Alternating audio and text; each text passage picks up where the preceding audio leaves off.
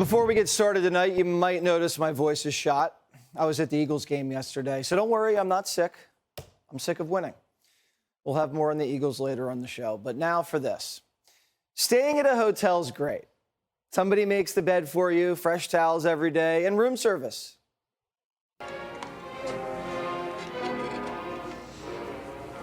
This is a vacation.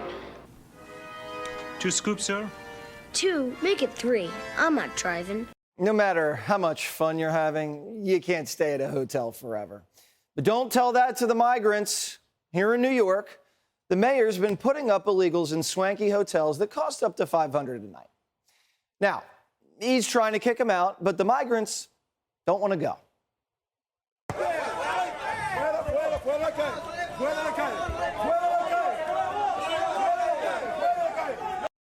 Let me translate. I'm not leaving. I'm not leaving. I'm not leaving. The city is trying to send them to a different taxpayer-funded shelter, but they got used to a life of luxury. The hotel they're in now has a pool, gym, TVs, dry cleaning, a restaurant, bar, and lounge. They don't want to go somewhere that doesn't have those types of amenities. So the Brooklyn Cruise Terminal is a large structure. It's not meant to be inhabited. It is 1,000 beds made out of hard material. There's no space for personal belongings. If you have personal belongings, you have to put them in a locker that's out of your control. There's only 4 bathrooms for 1,000 men, which is unsustainable. For anybody who's working, it's in an isolated part of the city away from where many of them work, and it's cold. When someone else is paying, you don't get to choose where your room is. This is not like taking someone out to dinner where she can just choose whatever she wants from the menu. This is like when you're staying over at someone's house. If they tell you to sleep on the couch, you sleep on the couch. If they say you're having chicken for dinner, you're not having steak.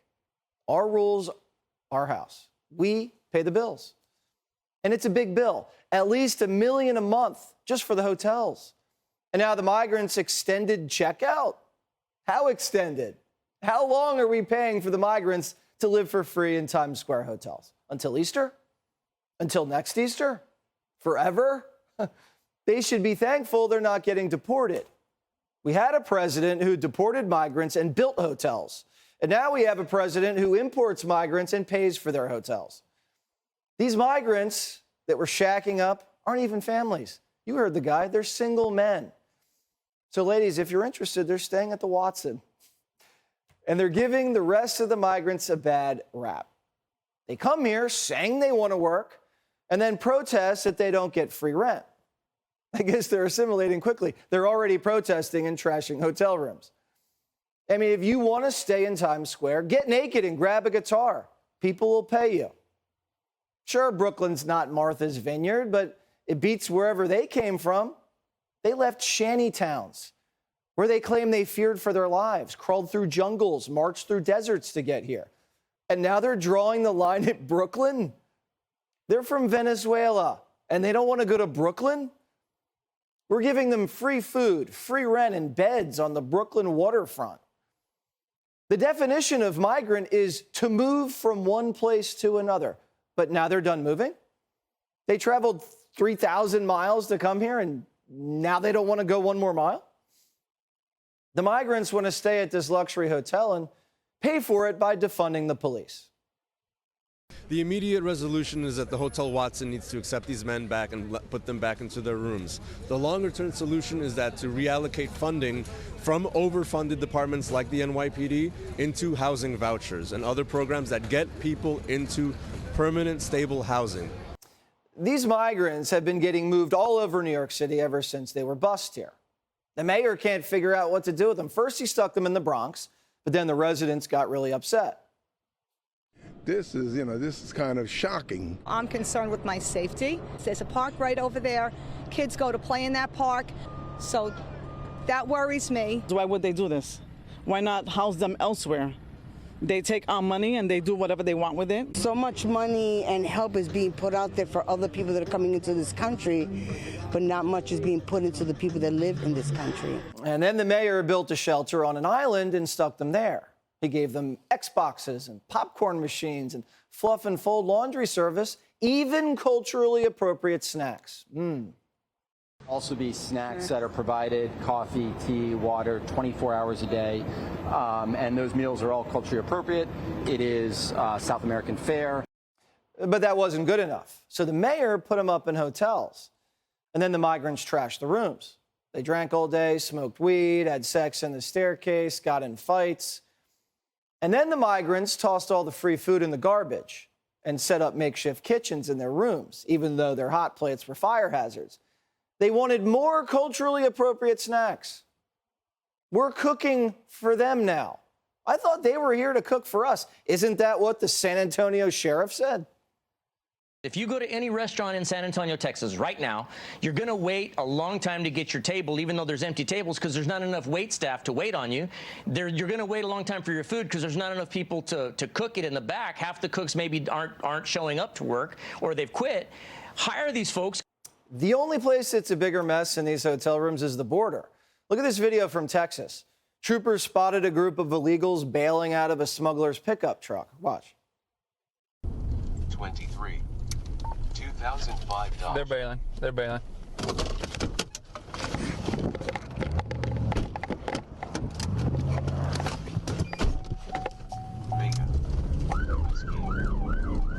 And the smuggler hit the gas, hit about 110 miles an hour, and then went off the road.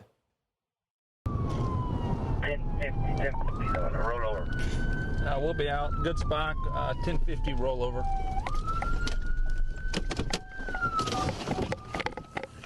Get on the ground! Get down!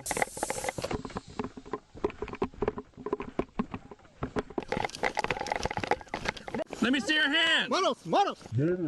Manos atrás. Manos atrás. You got a pistol? You got a pistol? Yeah, the police found a handgun on the smuggler after the arrest. They just made it a little farther north. They would have gotten their culturally appropriate meals. And in Mission, Texas, Border Patrol found a group of illegals disguised as cyclists biking around the border. What's going on here? Did the migrants not realize there's an app? You might have heard about Biden's app for illegals. It lets them make a reservation for when they want to break into the country. Let's check in with how that's going. New appointments are available every day, starting at 6 a.m. But the vast amount of people trying to apply is overwhelming the system. Many aren't able to log in, while some who do say the app crashes before they're able to confirm their appointment. Some complain and say, but I don't even have a cell phone. Sadly, they do need a cell phone and email to communicate. So it's busted. The app crashes all the time and there's no open appointments. It's easier just to walk through the border. Oh, and apparently Biden's app for illegals is racist. If you're dark-skinned and submit a photo of yourself, you get an error message. Critics say the app has issues detecting the photos some applicants use. Problems with people of African descent having difficulty taking the photo. The app is not recognizing the photos of these people. So we have Africans coming now. What's the root cause of that, Kamala? I thought this was all about Central America, not the entire world flying to Mexico to break in. So where is our border czar? She needs to shut down this broken racist app right now. Treat it like Mayor Pete treats racist bridges. But she's too busy fighting for her political life. Even Democrats are turning on Kamala. Pocahontas doesn't think it's time for a new VP. If he's that old in his second term, the vice presidency becomes even more important. Should Kamala Harris be his choice the second time around? You know, I really want to defer to what makes Biden comfortable on his team.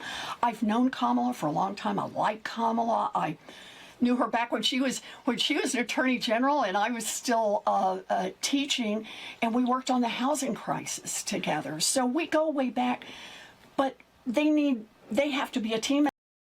Kamala and I go way back, but Biden should get rid of her. An incumbent president hasn't dumped their VP since the 1940s. When FDR, I think his fourth term, dumped. Who cares? And Pocahontas is ready to toss out Kamala? What's going on here? Hey, Sean Hannity here. Hey, click here to subscribe to Fox News YouTube page and catch our hottest interviews and most compelling analysis. You will not get it anywhere else.